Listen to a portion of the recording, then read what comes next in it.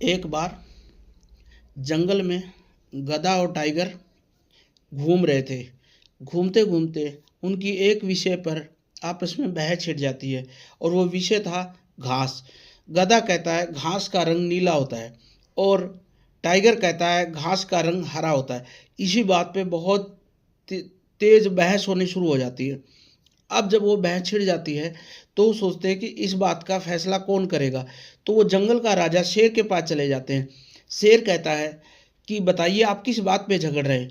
तो गधा कहता है मैं इसको ये बता रहा हूँ कि घास का रंग नीला होता है और टाइगर कह रहा है कि घास का रंग हरा होता है। शेर दोनों की बात सुनकर फैसला गधे के हक में दे देता है और कहता है कि घास का रंग नीला होता है। अब गधा बड़ा खुशी के साथ मुस्कुराता हुआ वहाँ से चला जाता है, लेकिन टाइगर बड़ा उदास मन होके वो भी चला जाता है। लेकिन कुछ समय बाद जब गधा देखता है कि मैंने इसको ये तो साबित कर दिया कि घास का रंग नीला होता है, लेकिन मैंने इसको दंड नहीं दिलवाया, ये भी दिलवाना था। तो वो वापस अपने आधे रास्ते से वापस आता है और वापस आते हुए शेर से कहता है कि घास का रंग नीला होता है, यहाँ तक तो मैं संतुष्ट हूँ, लेकिन आपने मैं इसमें इसको टाइगर को दंड देना चाहिए था कि इतना समय मेरे से बहस की। शेर कहता है ठीक है, मैं टाइगर को भी बुलाता हूँ और वो टाइगर को बुला लेता है और टाइगर भी आता है। टाइगर को कहता है कि तुम्हें भी पनिशमेंट मिलेगा और तुम्हें पनिशमेंट ये मिलेगा कि तुम 3 दिन बिल्कुल कुछ खाओ पियोगे नहीं और चुप रहोगे।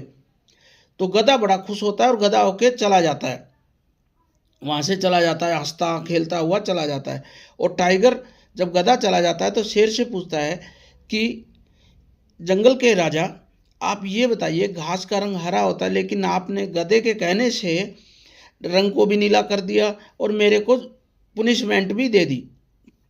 तो जंगल का राजा कहता है कि पुनिशमेंट मैंने इसलिए आपको नहीं दी कि घास का रंग नीला होता है, और इसलिए आपको दंड नहीं दिया कि आप उस बात से संतुष्ट नहीं थे, लेकिन सच्चाई ये है कि आपको मैंने दंड इसलिए दिया कि आपने गधे से बहस की। जो व्यक्ति मूर्ख होता है और मूर्ख व्यक्ति से सज्जन पुरुष बहस करके खुद मूर्ख बन जाते हैं।